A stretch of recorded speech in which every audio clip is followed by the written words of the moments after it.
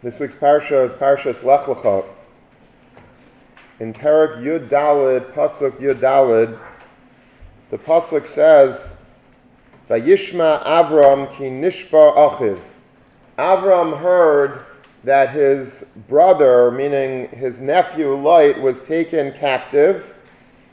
Vayarek es chanichav yelidei Beis. Now this is where the pasuk gets a little tricky, and you have to try to understand together with me what the pasuk exactly is talking about. Vayarek es chanichav. The simple translation of Vayarek es chanichav is that he armed his disciples. He had chanichav, like a lashon of chinuch, Rashi says, chanoich lenar al pi darkai. Those disciples that he had, he armed, he prepared them in some way. Yelidei Beis. These were the people who grew up in his house. Shmeina asar ushloish me'os. 318, meaning the simple shot in the pasuk is that he had 318 members of his household that he trained and that he educated. He was mechanech them, and he took them with him to fight this battle against the great superpowers in order to get back light. That's the simple taich of the pasuk. If you look in Rashi completely changes our perception of this pasuk al pi pshuta shel mikra. Normally Rashi is the person who gives us the most plain, simple understanding of the pasuk. But here Rashi, based on Chazal, based on the Gemara Nedarim, one shita in the Gemara Nedarim on Daf Lamed Beis, he changes the pshat. And he says that when it says in the pasuk, Vayarek es chanichav, it's talking not about all of the people of his household, not about 318 people. It's talking specifically, there was an army of one.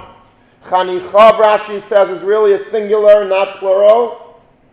And it's talking about Eliezer. Eliezer, Eved Avram, that was the one-man army that Avram Avinu was able to go and ultimately get light out of captivity with. Rashi says it's called Chanicha because he was mechanech him to do mitzvahs. Chanoich lenar, the word chinuch comes from chanoich lenar al pi darkai. He trained him according to his own way. And then when the pasuk says that there were 318 men, what does Rashi do with that? If it's just talking about Eliezer, what does Rashi do with the 318? It says in the pasuk he took 318 men. Rashi has an answer for that also. Rashi says there weren't 318 men, but rather it was really Eliezer. This is from a Gemara also. It's not Rashi's own pshat. It's the same Gemara in Nedarim. Rabbi Seinu Amr Eliezer levadei haya. Eliezer went alone to do battle with Avram. V'hu minyan gematria shel Shemai. The number 318, if you take out your calculator, is the gematria Eliezer. So the pasuk doesn't mention Eliezer by name. Eliezer appears elsewhere in the Torah by name, but in this parsha makes no mention of Eliezer by name. But we're talking in gematrias. Eliezer is gematria 318. The pasuk is not talking about Yelidei Beis, even though it's a plural. It's not 318 people, even though that's what the pasuk says. There's one person in this pasuk that we have to focus on. It's Eliezer. Eliezer was the chanichei Beis. He was mechanech him to do mitzvahs. He was mechanech him to fight. And ultimately, he was the army of 318. He single-handedly was 318 men. A very, very strange Rashi. You're completely distorting the pshuta shel mikra. If you would read the pasuk simply, no one in the world would be able to interpret it that way. But for the fact that it is a chazal, there is a sheet in the Gemara that brings it, but Rashi is telling us what seems to be something very mysterious, that this pasuk is just alluding constantly to Eliezer, one person 318 people are not really 318 people. That's just an illusion. It's a gematria of Eliezer. End of story. And a lot of the Mefarshim have a big problem with this Rashi, how Rashi completely takes it out of the simple understanding. All of a sudden now we're talking in gematrias. I mean, everybody loves gematrias, but when was the last time that you found a pasuk that actually calls Moshe Rabbeinu by, what's Moshe b'gematria is 345? Did you ever find a pasuk in the Torah that it doesn't say, Moshe by name, it calls him 345? You don't find that. We find that you use Moshe and we say, hey, Moshe's gematria 345, and that's the same gematria as something else. But when does the Torah actually speak numerically about an individual? Very, very strange. And that's what we're going to try to figure out this morning.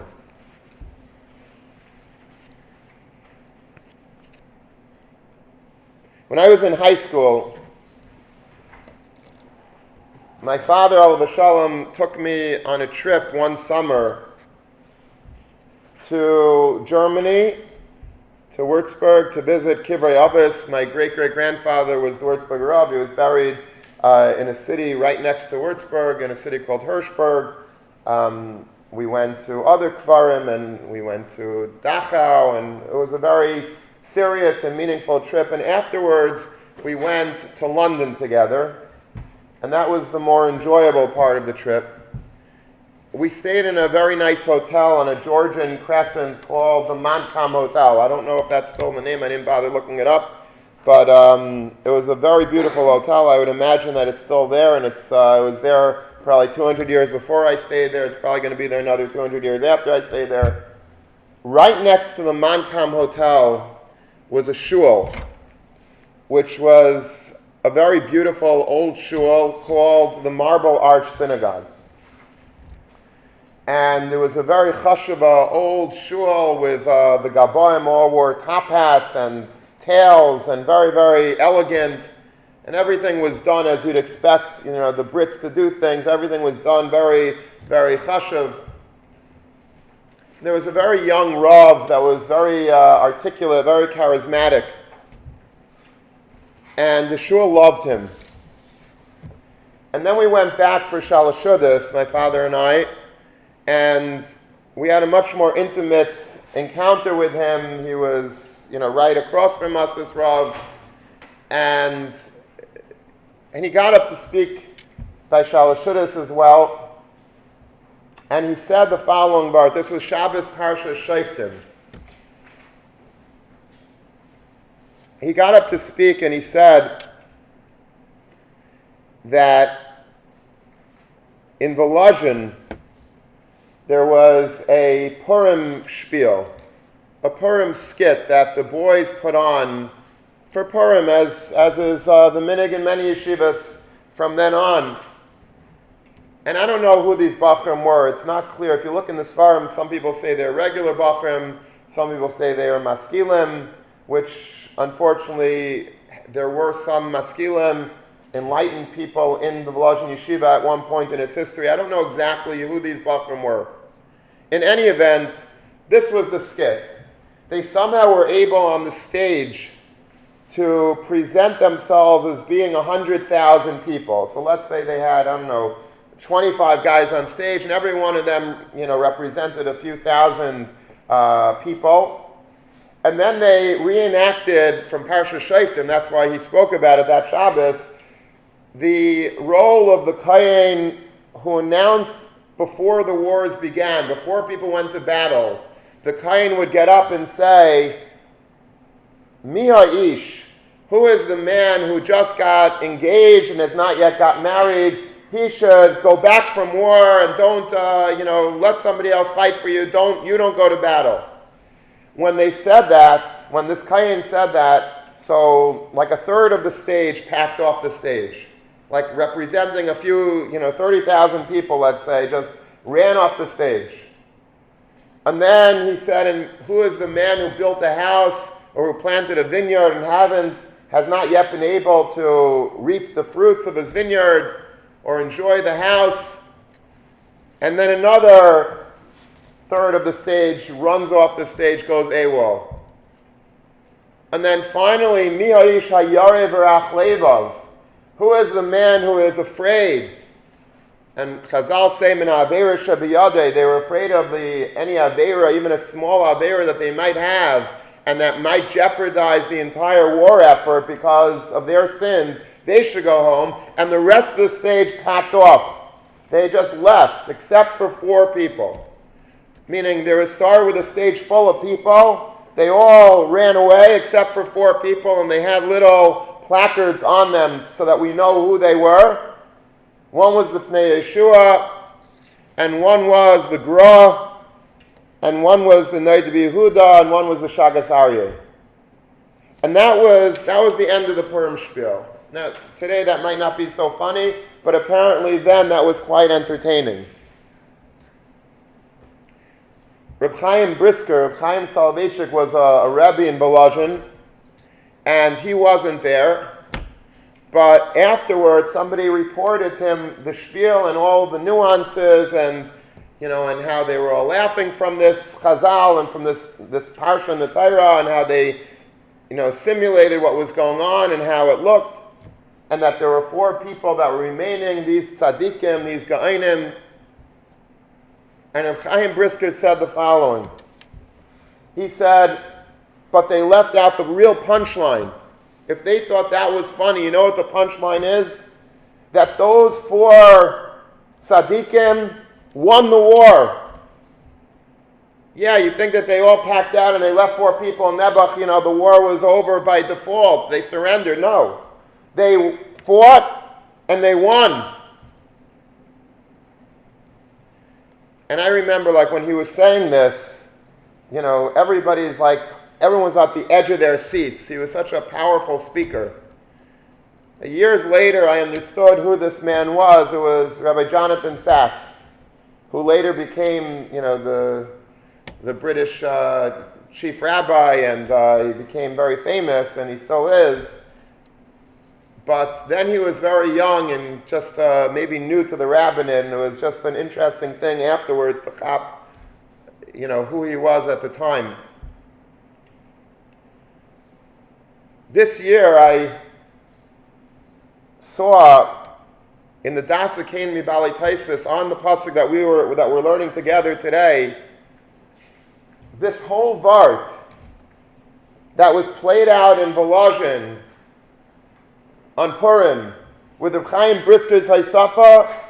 This wasn't just a theoretical play. This wasn't just a skit. This actually happened in reality.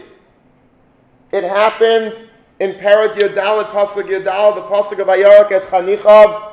Listen to the words of the Dasa Kain Mibali Taisis on this Pasuk. Omar Lam Avram. Avram Avinu really had 318 people that were ready to go and do battle. Avram Avinu says to these people before they go off to war, L'milchama anu yaitzin, we're going now to fight a battle. Mi ha'ish hayare me'avere shebiyada yelech v'yashul avesai. From that pasuk in Parshas Shoftim, Avram Avinu was reading. He was serving as the Kayin. Avram was a Kayin. And he was serving as a Kayin, Mashgiach Milchama. He was the one, the general in the war that said to the people, said to these 318 people before they were going to fight this epic battle against the 4 great superpowers of the world. Mi ha'ish hayare v'rach levav.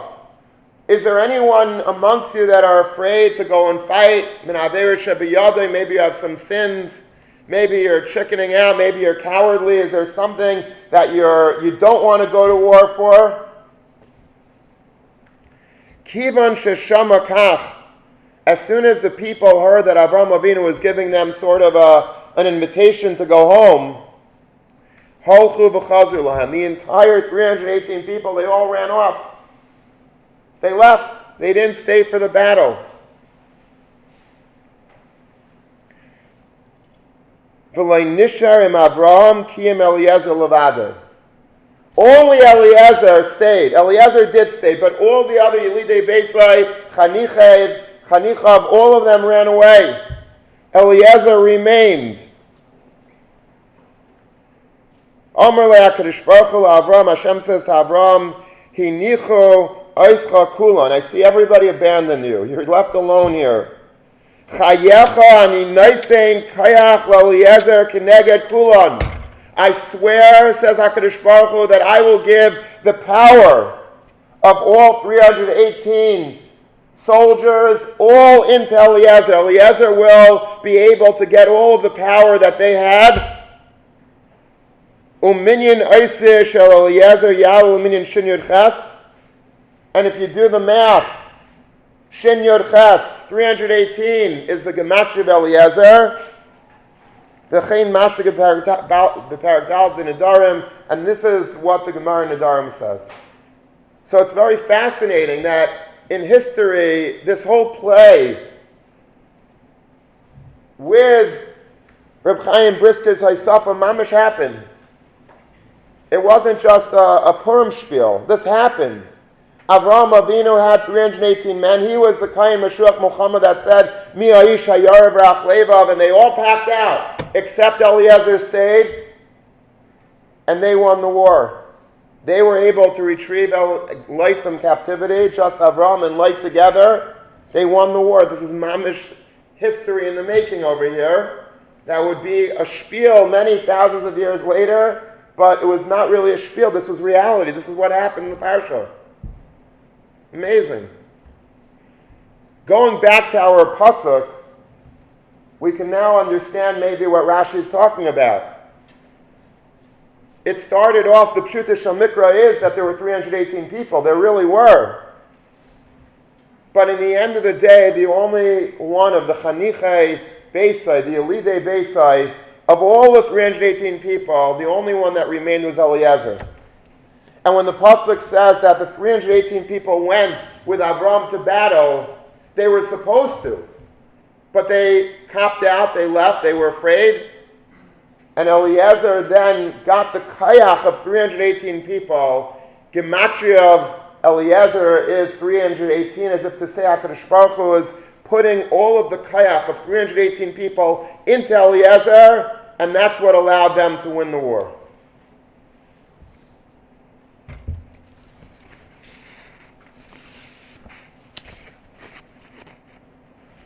I wanted to be Meisif, another layer on top of what we just said right now.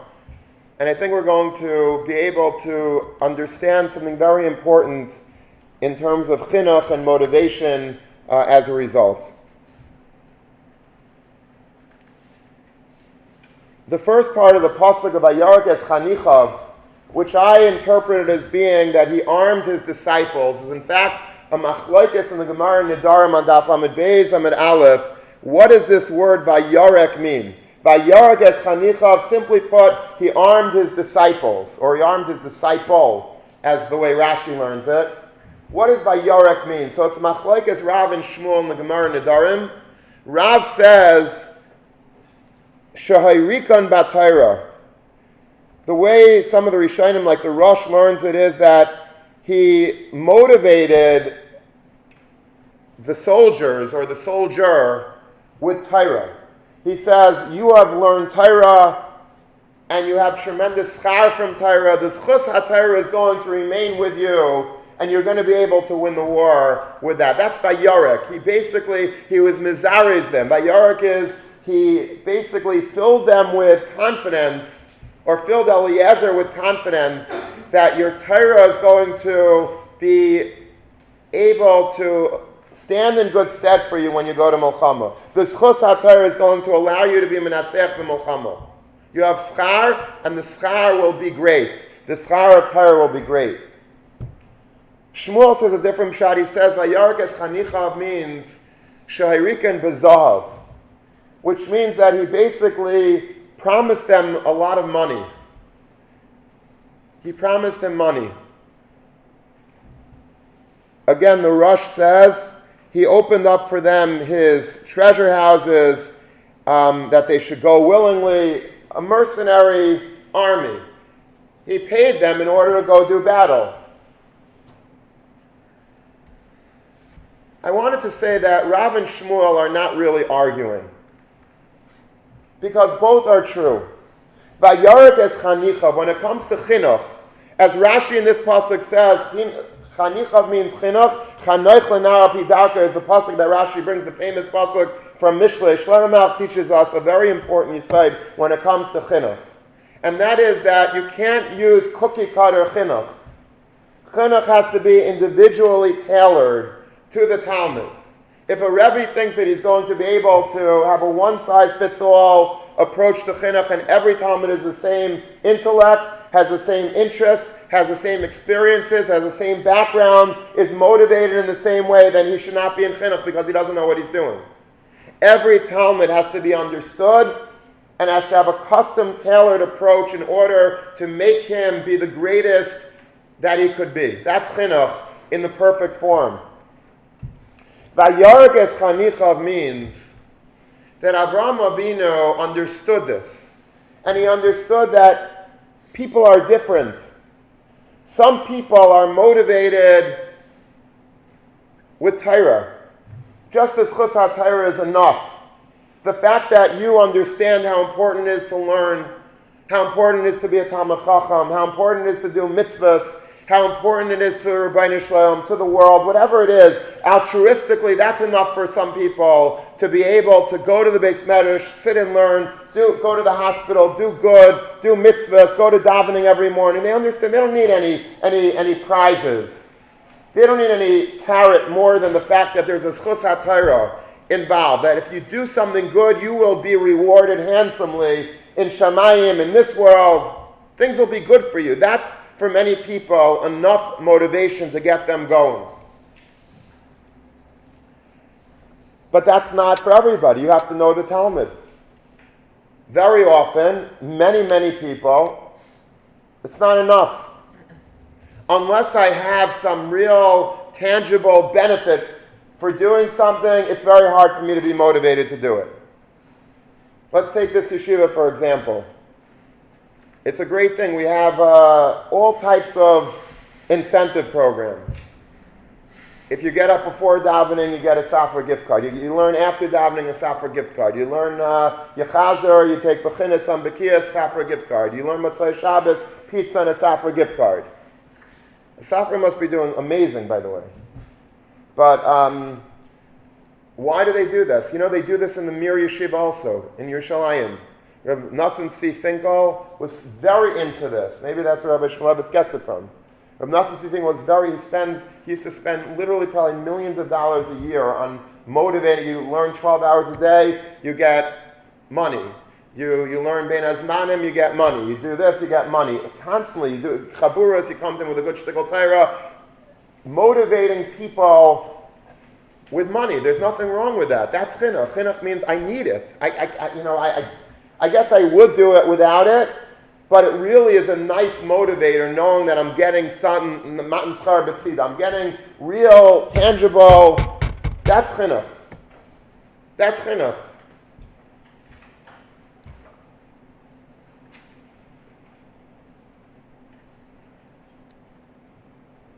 Remember my first chinuch job.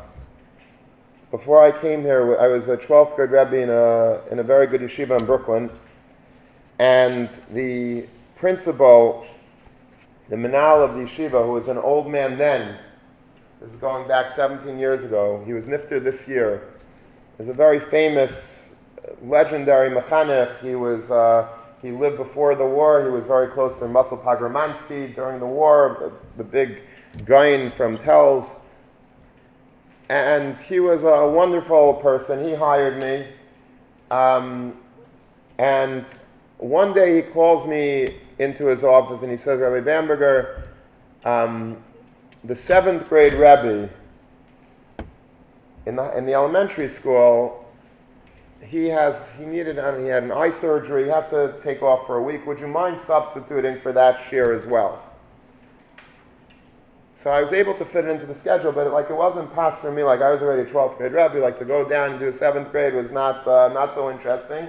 But he asked me a personal favor, so I said, okay. He says, but it's a very difficult class.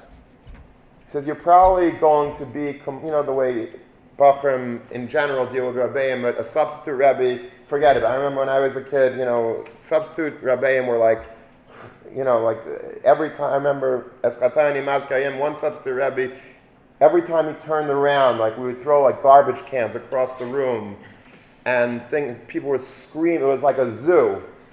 He says, you're probably not going to be able to control the class. Maybe make some carbonas, kick some kids out of class, send them to the principal and whatever. But we don't expect much from you.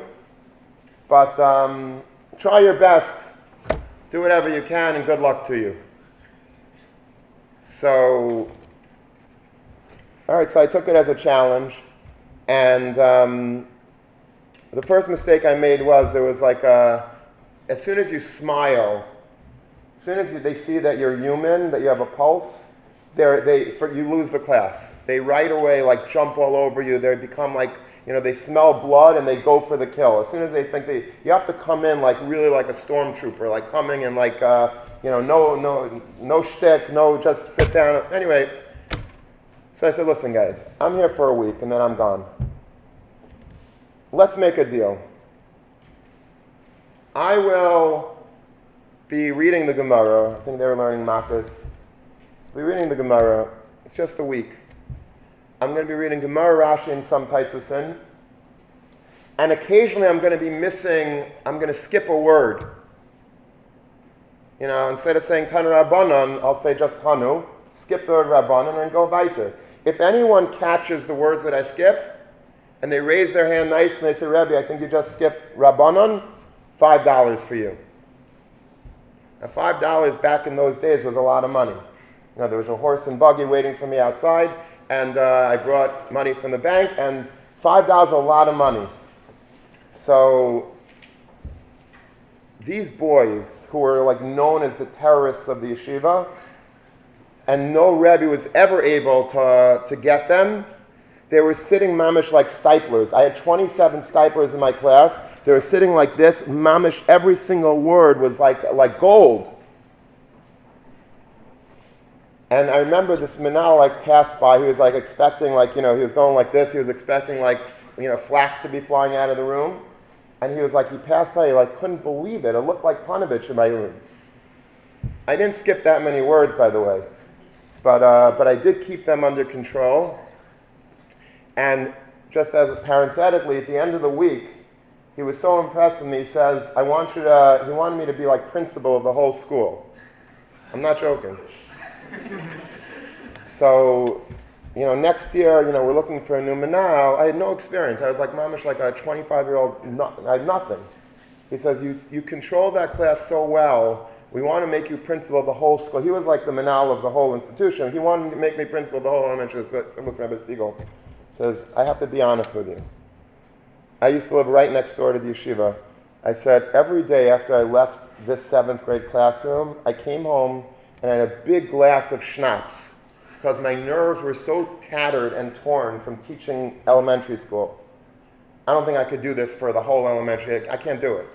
He says, Rabbi Bamberger, that was your mistake. He said, you should have had the schnapps before you went into the classroom. But anyway, that's the way it was. That's the way it is. Chinuch is not, you can't just expect guys to naturally be sitting and learning and steiging. You need incentives. You need to motivate people. Vayarges chanicha machlekes Rav and Shmuel. It's not a machlekes. It depends. Some people, hayrikim b'Torah, chinuch could work by incentivizing them with Torah. Torah is enough for me. I sit and learn. We know those people in the Beis Medrash. They never stop. You wind them up at the beginning of this man, and they go like the ever-ready bunnies, whatever that guy is. And, they just go through the whole Zman. They don't need incentives. They just like learning. They have a geschmack out of learning. They love the Chevra, and they love Ruchani, and they love Torah, Mitzvah Schar. They're just perfect. Sharikim B'Torah. But many people, that's not enough. Many people, as Shmuel says in the Gemara, Harikan Bazav, you got to give them gold. You want to motivate people, you got to give them gold. That's chinuch also. Chinuch needs you to be creative and to think about what's the best incentive that I could get this bacher to work. Depends who the bacher is. It depends on the situation. Avram Avinu understood chinuch better than anybody. He was the greatest mechanech of history. He understood that two people are alike, and there's no need to make everybody alike. And he understood that some of his soldiers might be needing Torah as their incentive. Schar, schus ha-Torah, that will get them to go fight for him a battle. Do the mitzvah of pigeon shvuyim, getting light back home. Just schus ha-Torah is going to be good for you. That's enough. Other people needed to hear more about the money incentive. Let's hear some about the Zav. What's in it for us? Which is fine. That's chinuch. That's vayarik es chanicha. Rashi says chanoich l'nar al pi darkei.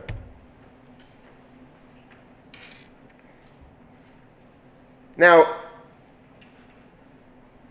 Eliezer, which was he? Eliezer was mistama, a big tzaddik. I'm sure the schus ha-Torah was very, very vital to him. But I found a very interesting chazal which seems to say that Eliezer was also a capitalist, if I may use that expression. He liked opportunity when it presented itself, and he liked chopping a lot of zav. He wasn't mistapik b'mu'at when it came to gashmias. He wanted a lot. Avraham Avinu knew this about him. This is a Gemara that's Nagea, this parsha. It's a Gemara in Sanhedrin Daf Kuf Tes. Very cute Gemara, if you can say the Gemara is cute. The Gemara says like this, speaking about Sodom and how bizarre the justice system of Sodom was, and how strange and dysfunctional it was. Listen to 3 stories that Eliezer encountered in Sodom. You see the brilliance of Eliezer, you see the corruption of Sodom, and the 3rd story is really what I want to focus on, but I want to say all of them because they're very geschmack stories. The first story is that Eliezer came into Sodom to visit, and we know that people that were strangers in Sodom, did not get life insurance policies. Their days were numbered. They did not like strangers in Sodom. So what happened was somebody came over to Eliezer and punched him in the nose and made Eliezer have a nosebleed. So they went to court. They took him to a din Torah. They went to court, Eliezer versus this other guy. Eliezer was expecting a nice payout. And the judge heard the case. This judge was from Sodom, a.k.a. Chelm. And he said, okay, Eliezer, you owe $100 the person that punched you in the nose. He says, I think you're making a mistake. I was the guy that got punched in the nose. Why do I owe him $100? He should owe me $100. No. Because bloodletting, the Gemara speaks about being makiz dam. When you let out blood, that's very healthy. And so he basically did you a favor. He punched you in the nose. He made you bleed. So he provided you a service. You owe him $100. That was the warped justice system of Sodom. So you know what Eliezer did? Eliezer went. He says, no problem. The judge thought he was taking out $100 from his wallet. He was really taking his fist out of his pocket. And he punched the judge in the nose. And the judge started bleeding. He says, what are you doing? He says, well, I'm bloodletting. He says, now you owe me $100. I owe him $100. Forget about me. You pay him directly $100. Like a plus, like a Shibuda de Reb Nassan type of situation. And that was the first story of Sodom. The second story of Sodom was that in Sodom they had a very interesting custom. If you decided to be a guest in Sodom, they had what was called the Sodom bed, which sounds scary, and it was scary. See, in Sodom they liked everybody the same exact height. There can't be some guy that's 6'3" and another guy that's 4'11". Everybody had to be the same uniform height. Let's call it 5'9". And so they would put you down in a bed. If you want to stay in the city of Sodom, this is what you got to do. They put you in a bed. If you were over 5'9", no problem. They take out a tape measure. They saw off that amount of leg from you, and now you're 5'9". If, let's say, you were 4'11", well, they had to stretch you. So they put like one of these cranks on the bed. They put, ropes on you, and they basically kept cranking you and cranking you and cranking you until you were like Flat Stanley. You just kept on stretching and stretching and stretching until you are now 5'9". And this is the bed of Sedaim. And so when Eliezer came to Sedaim, they said, okay, Eliezer, do me a favor, Vakasha, lie down on the bed. We want to have you fitted for Sedaim. You want to live here? This is what you got to do. He says, I would. I really want to. He says, but from the day that my mother died, I was makabel on myself a neder that I never sleep in a bed. I never go in a bed. I made a neder, I'm sorry, I can't do it.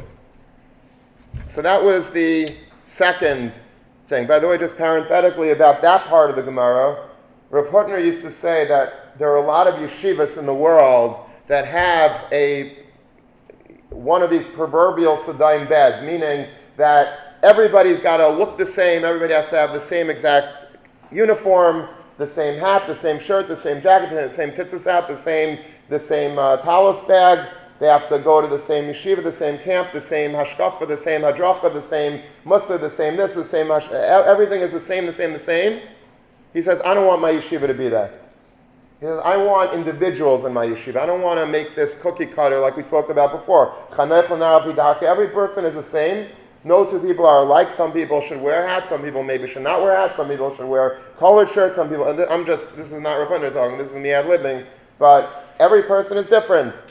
Every person is different. Some people should be, they're musical, let them play a musical instrument. Some people are poetic, let them write poetry. Some people are into Bekias, let them do Bekias. Ian. I want people to look, I don't want the Sedaim bed in my yeshiva. I want people to be who they are, the best that they could be. That's the second story. The third story that the Gemara brings is as follows. Eliezer comes in Sedaim, he's very hungry, but they won't sell him any bread or any pizza because he's a stranger. You have to be a card-carrying member of Sedaim to get any food in the city. And if you go to a chasna uninvited, whoever told you that you could come to that chasna, if you're a stranger, they lose their coat. They have to forfeit their coat. If they find out, if somebody snitches on you that you're the guy that said, hey, come with me to the chasna, there's a nice chasna taking place tonight, you lose your jacket. Okay. So Eliezer knew that there was a chasna taking place that night in Sedaim, and he was starving.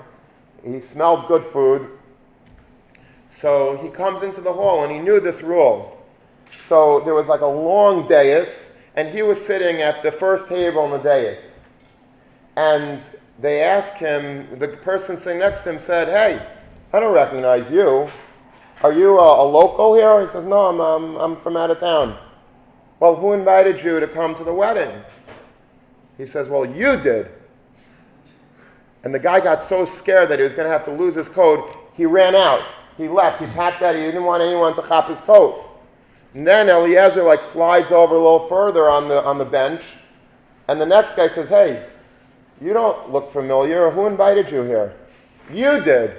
And that guy got all nervous. He took his coat. He ran. And Eliezer did this with every single person on the road. There was no chasna left. He was the only guy left dancing for the chassan and kala. And he got to eat, the Gemara says, the entire feast. He got to eat. Because he did this shtick constantly until everybody fled in fear that they would be caught as being the person inviting Eliezer to the chasna. What do you see from this third story about Eliezer's personality? Eliezer was very capitalistic, very opportunistic in a positive way. And he didn't want to just have one plate, he wanted everybody's plate. That's the way Eliezer was. Very, very opportunistic. He saw opportunity. He wanted more and more and more. He wasn't mistapik with just one. He wanted to chop as much as he could. That was his nature. What are you going to do about it? That was his nature. Avraham Avinu knew Eliezer better than anyone. Vayarak es chanichav. He was promising his army a lot of money, a lot of booty, in addition to Schus HaTorah. When all the army, as the Dasakain and Baal says, they all fled. Eliezer was the last man standing. Avraham Avinu did not want him to flee. Avraham Avinu wanted him to go on this mission with him. He needed to motivate him. He needed to incentivize Eliezer, come with me, don't back out on me. Come, let's get light together. And if you do, says Avraham Avinu, I will give you everybody's schar, all the zav of 318 people, that whole amount of great wealth that I promised all the 318 Yidudi Beis, but they left. They forfeited it. You will get it. And when we fight the battle and we have all this booty from Sodom and crazy amounts of millions and billions of dollars, you're going to get everybody, all the 318 people, they left. You're going to get all of their share. Eliezer liked this. This pleased Eliezer to be able to chop so much.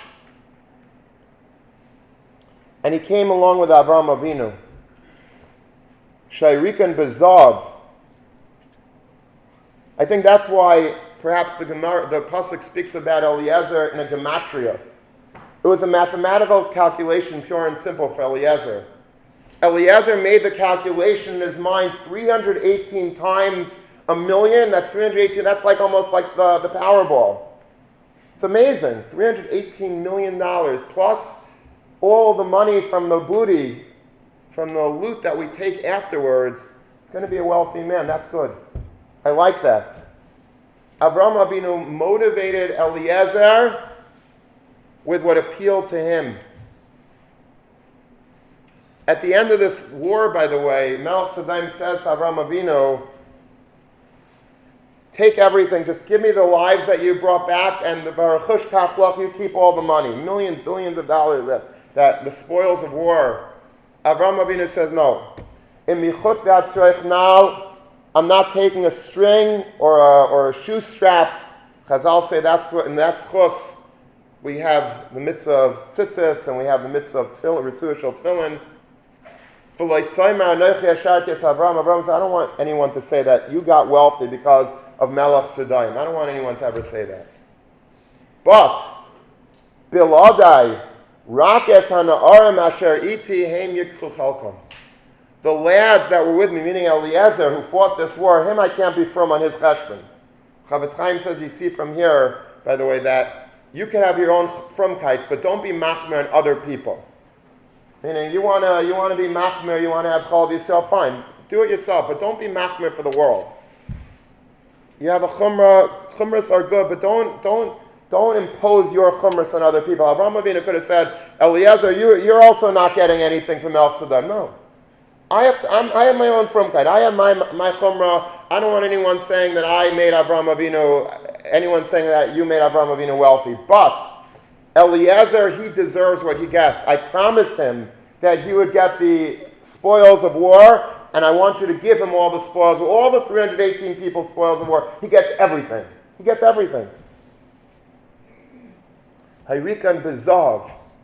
Sometimes motivation is with schar.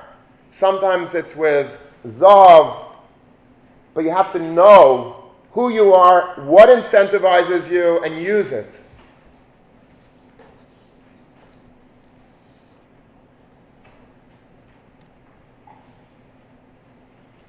And it's totally, some people have one way and some people have the other. You have to know what people need. Some people, there's a story about a grandfather who had a grandson who was turning bar mitzvah, and he says, Yasala, your bar mitzvah is coming up soon. I want to get you a present. Says, what do you want? I'll either give you, you can pick a shas, I'll give you a nice, beautiful chassan shas for your bar mitzvah, or I'll give you a nice watch. It's harikan batayra, harikan bizav. Which one do you want? Do you want a shas, or do you want a watch? So the boy said, Zayde, give me an iPhone. It has both. But that's the way it is. Some people are motivated by a shas, some people are motivated by a watch, some people are motivated by an iPhone. You have to figure out what the person needs, what's good for the person, and then that will be the incentive. So many times guys come to me in the morning, Rabbi, I can't wake up for Shacharis. What should I do? So something that's okay, make a seder with a chavrusa and learn and whatever you learn, you tell them how chashuv tefillah b'tzibur is, but rarely does that work. Sometimes you have to say, listen, if you come to minyan, I'll give you something. Or the other way, if you don't come to minyan, I'm going to give you a knas. You owe me $10 a day that you miss minyan. That more often than not works. Money talks. And that's not a bad thing. You have to be able to use whatever tools you have in your toolbox to motivate either yourself or your children or your talmidim. That's all part of Chanech L'Nar Al Pi Darkei. Avraham Avinu understood that what Eliezer needed was to be motivated not just by Schus HaTorah, but he needed Man Schar B'Tzidai. He wanted to grab as much as he could, and he promised him the 318 portions of gold. And Eliezer said, I'm in. This is not, by the way, taking away anything from Eliezer. If you think that I'm in any way slighting the covet of Eliezer, I'm not. Eliezer was motivated by things, and we are also. And what you learn from this is how important it is. Don't think that if I do it, it's Torah Shlei Lishma. If I'm only learning for the gift card or because I'll get a trip, if I go here, I'll go. That's not what I want. That's Torah Shlei. It's not true. Chinuch is chinuch. Chinuch is whatever gets you through. Whatever enables you to move further down the road of Torah, of mitzvahs. Do it. Use it. HaKadosh Baruch Hu wants you to use it. It could be Arikim B'Torah, it could be Arikim B'Zav, whatever it is, use it. That's what it's there for.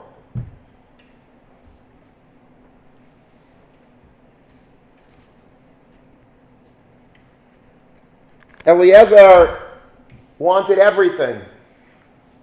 He wanted all of the meals in Sadaim. He wanted all of the 318 portions of money that was going to come to the victor. And he got it. And as a result, he became the great Eved Avraham, and he won the war. He got light home. He was the person who went to Har Moriah with Avraham Avinu.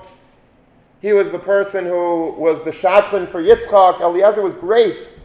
But Avraham Avinu understood that he had to train him in order to make him realize what's really important in life. The main schar, first he had to incentivize him with what he wanted. If you don't need Zav, by the way, there are so many things in the Torah that I could show you.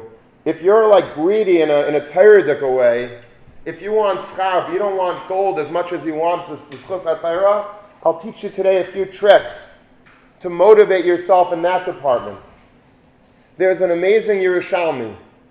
The Yerushalmi is all the way at the end of Maseches Brachos, and it says as follows: Imra Isa es habriya shenisyashu yideim min haTorah. Let's say you're living in a place, or you're in a yeshiva, and nobody's learning. Let's say night seder is very shvach. Or let's say Sunday is very shvach a day in the yeshiva, there's like no one in the Beis Medrash.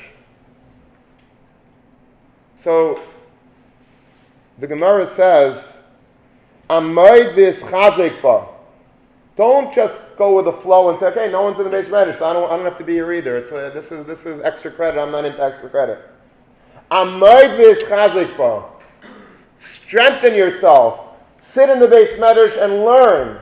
Ben Azmanim, Chalamayeh, whenever you see the Beis Medrash empty, and you say, oh gosh, this is depressing. No.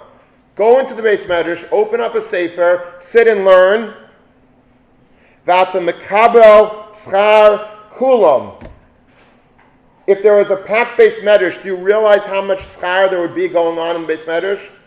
If the Beis Medrash is empty, you get the schar for all the empty chairs in the Beis Medrash.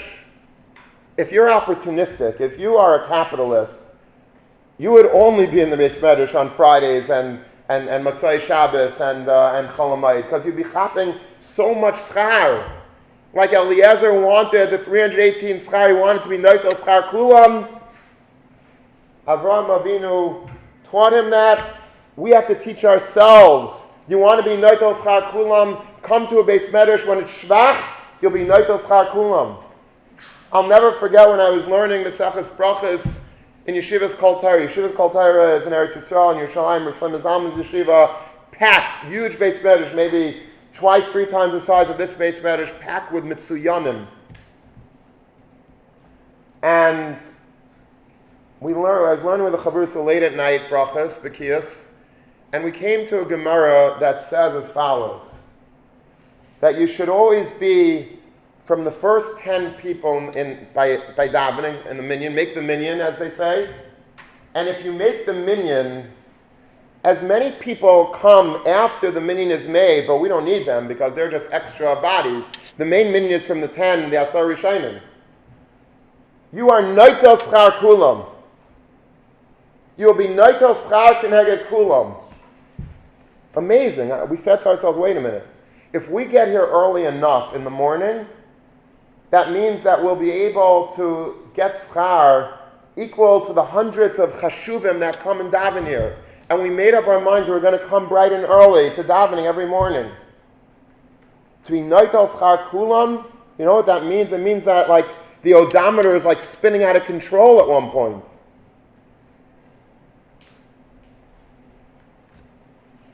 There's a Sefer Chasidim just similar to this this Yerushalmi that says that if you see certain Gemaras that are not being learned, and they're sort of like a Meis Mitzvah, he says like Kachim. Now people learn Kachim. Daf Yomi is learning Kachim. That's the Mila of Daf Yomi, by the way. That all the Masechtas that hardly were ever touched are now being learned every 7 years by many, many thousands of people. It never used to be that way. People used to learn about Mitzvah and Megillah and Tainis and Bracha, certain go-to Masechtas, and everything else was just collecting dust. But the Sefer Chasidim says if you see something that's not being learned, he says Ma'ik Katan. I don't know why, but Ma'ik Katan was apparently, people were afraid of Ma'ik Katan maybe because it had to do with death, and people didn't like, Avelos, and it's a, heebie-jeebie type of thing. They're afraid of, and there are stories about that. I once asked Rav Shlomo Zalman, by the way, in Yeshiva, whether or not it was okay to learn Ma'ik Katan, because the Chasam Sofer, supposedly, when he was learning Ma'ik Katan, I think his wife was Niftaris, and there is a certain thing about Ma'ik Katan. He smiled and he said, no, it's fine, just learn. But he says, if you go and learn Ma'ik Katan when everybody else abandoned it, if you go and learn Seder Kachim when everybody else abandoned it, you're noitel schar kulam, the lashon of the Kabbalah schar kulam.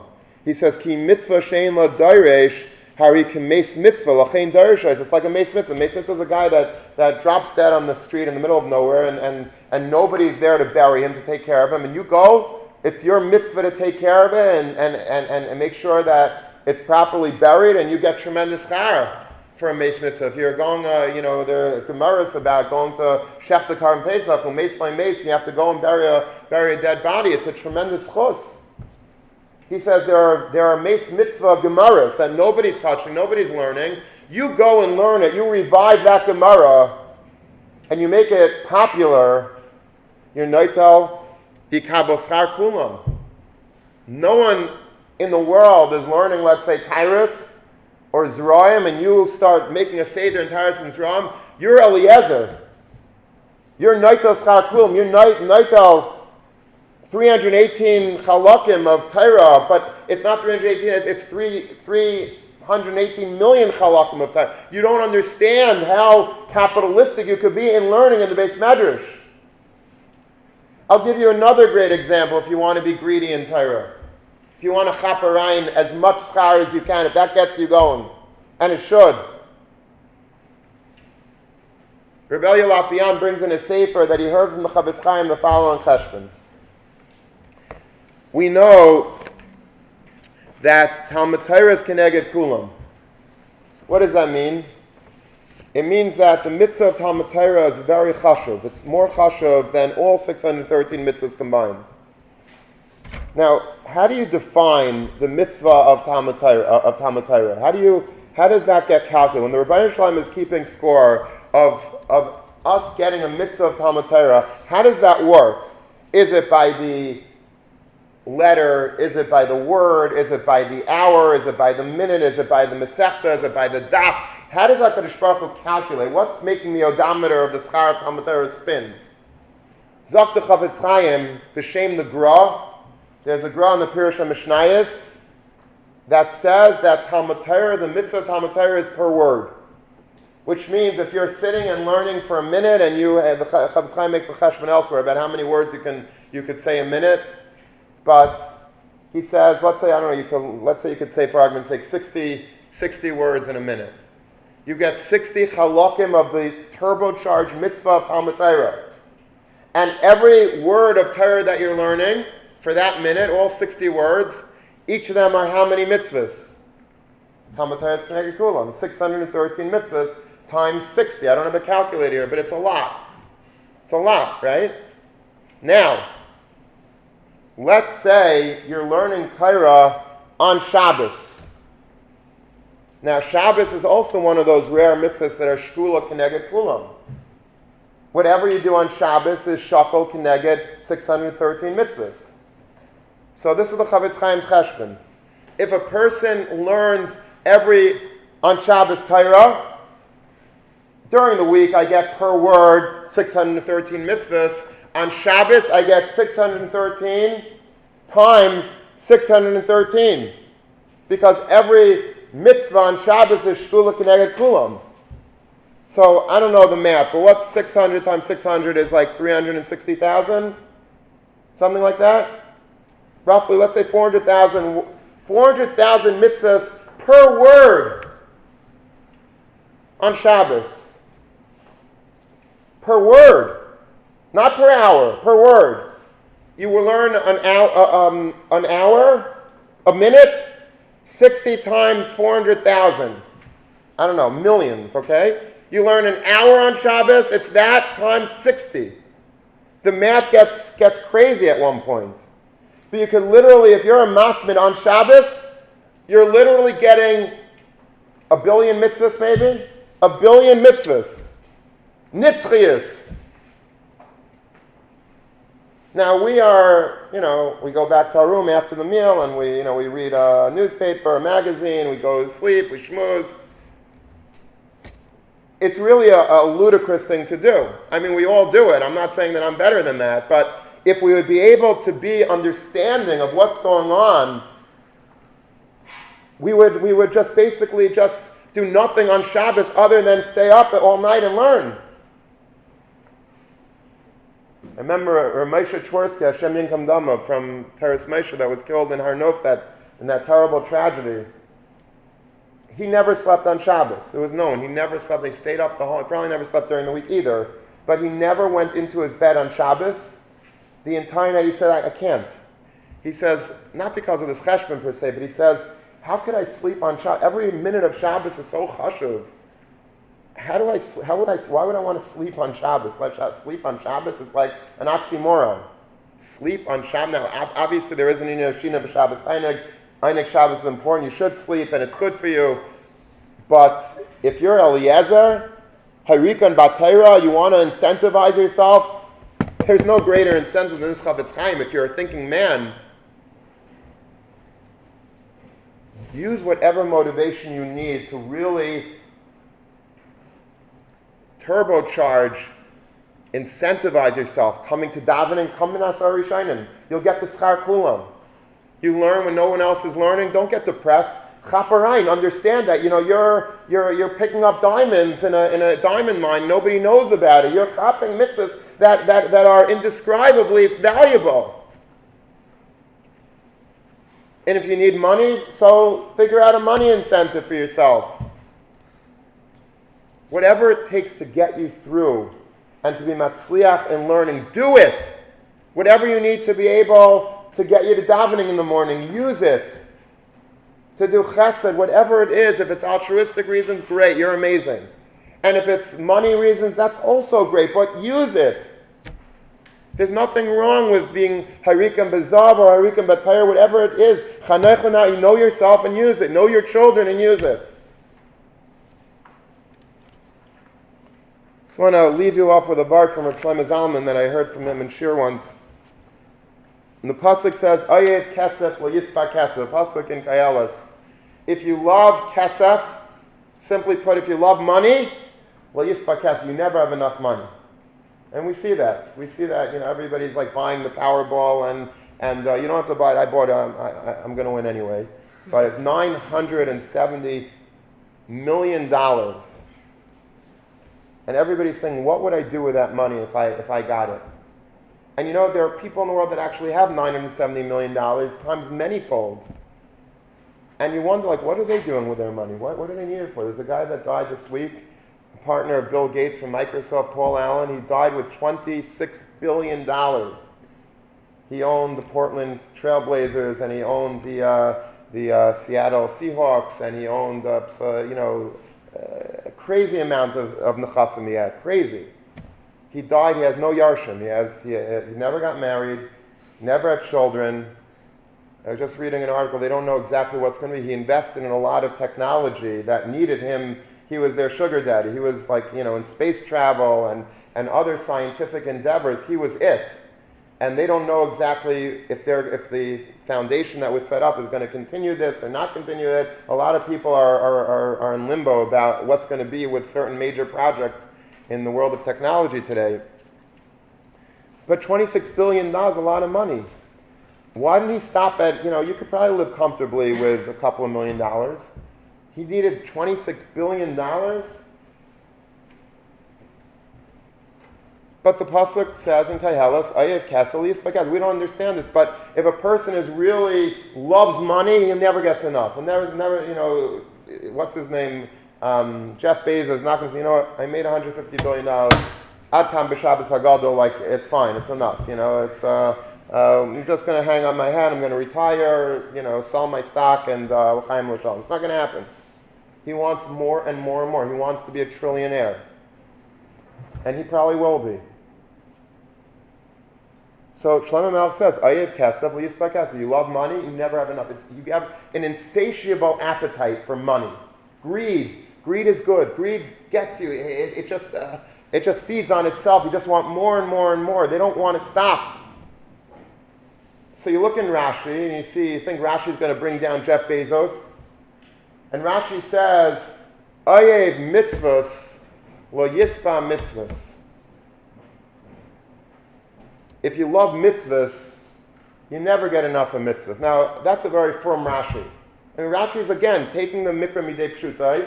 Let's call a spade. Kesef means money. Call it, say that people that love money never have enough money. What do you get from on me? If you love mitzvahs, you're not going to get enough mitzvahs. Money. Zakir Shalom Zalman, Rashi wasn't twisting the pshat in the pasuk. The word kesef, although we use it to mean money, really means kisuf. What does kisuf mean? Kisuf means something that I pine for. Ka echseif noyam Shabbos. Echseif means I pine for it. I crave it. Kisuf means a craving, something that I just desire so much.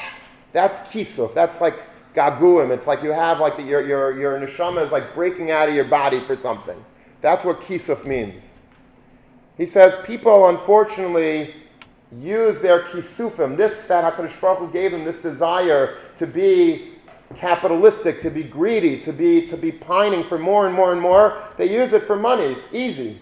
Kesef, you don't have to, it's geschmack. You get right away a lot of bang for your buck. Millionaire, billionaire, it's geschmack. So I use those kisufim, these people that are billionaires that are so motivated, they are using that HaKadosh Baruch Hu gave them, that kisuf, they're using it for kesef. But the Pshuta Shel Mikra, what HaKadosh Baruch Hu really wanted from that drive that He gives us, that greed, that insatiable appetite for more and more and more, wasn't for kesef. It was for the kisuf of mitzvahs. People that love mitzvahs, they never get enough mitzvahs. They live to do mitzvahs more and more and more. They want to learn Torah, and they want to learn Torah when no one's learning Torah, so they could cop that. They want to learn Torah on Shabbos because then they'll be billionaires in mitzvahs. There are people that crave mitzvahs. There are people that don't care about mitzvahs. It doesn't interest me. There are people that I like money. But the main kisuf that we have, the main desire that we have, should be driven for mitzvahs and for Torah. That's what he says in the pshat in the pasuk. It's the pshuta shel mikra. Ayev kesef, you love kisufim, you love what you're really supposed to be craving, mitzvahs. Lo yispa mitzvah, you'll never have enough. You'll just want to do more and more. You start off the right way. You start off this man coming to davening. You want to come davening every day, hopefully. You come first Seder, second Seder, night Seder. You're learning, steiging. After night Seder, Sundays, Fridays. You're not going to have enough because you want more and more. You want to chop this. There was a Kayin in Belgium who always had a kisuf. He always had a desire to have the mitzvah of kvuras hameis. He wanted to bury dead people, but he never had that opportunity because he's a Kayin. He can't go into a cemetery. And he was always craving this. He had this kisuf to be Isaac in this particular mitzvah that he was always deprived of. So what do? Until one day, he heard in shul that the old cemetery was full, and the shul just bought a brand new chalukah, a brand new plot of land in a new cemetery, like a new field, open field. He says, wow. And then he heard that Sunday that somebody died, and the kfur was going to be at 11 o'clock in the morning. So you know what he did? Took a shovel. He went to the cemetery before anyone else, and he dug up that grave where the mace was supposed to be buried. There was no problem for a Kayin. The cemetery was still an open field, a regular field, no mason in there. Why did he do that? Because he had a kisuf. He desired mitzvahs. He didn't have enough mitzvahs. We were like, okay, I'll learn a little more. I'll daven a little more. I don't have to schlep out this. There are people that have cravings, not for money. For money, people travel the world to make money. I was once by Rav Shimon Schwab, by Mincha in his house on Shabbos. And he asked somebody, he had made a small minyan in the house, he wasn't well. And he asked somebody, where's your father? I haven't seen your father. Is he around? Is he okay? He says, yeah, he's already like an old man, this guy's father. So he traveled to the Far East. He's in China on business. He's like in his 70s. He's traveling to China on business. So Schwab was like Nispal. He says, B'nafshau yavi lachmo. He says, with his nefesh, a person gives his nefesh to bring home bread. For parnasa, you go to the end of the world. How about for mitzvahs? Do we go anywhere for mitzvahs? If it's convenient for me, I'll do it. Do we go out of our way to do it? Because we don't have the kisuf yet for mitzvahs. We're into kesef, but the wrong type of kesef, not the kisufin of mitzvahs, of mitzvahs la yisba mitzvahs. Money is fine to incentivize us to do mitzvahs, but don't allow the incentive alone to be kesef. It always has to be for a greater good. If we are successful in business and we have a love for money, that's okay. But channel it towards tzedakah, channel it towards being mefarnes your family, channel it towards building for Torah and for Ruchnius. And then it kashers everything.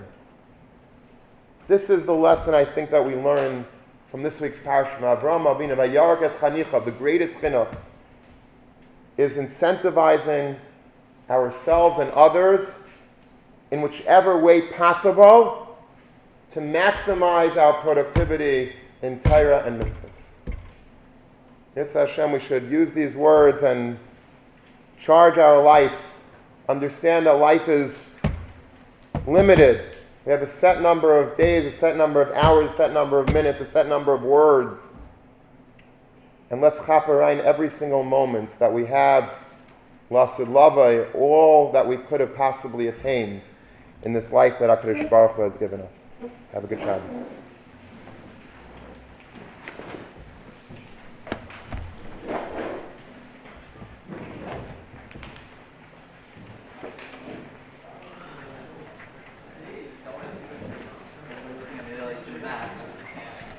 Yes.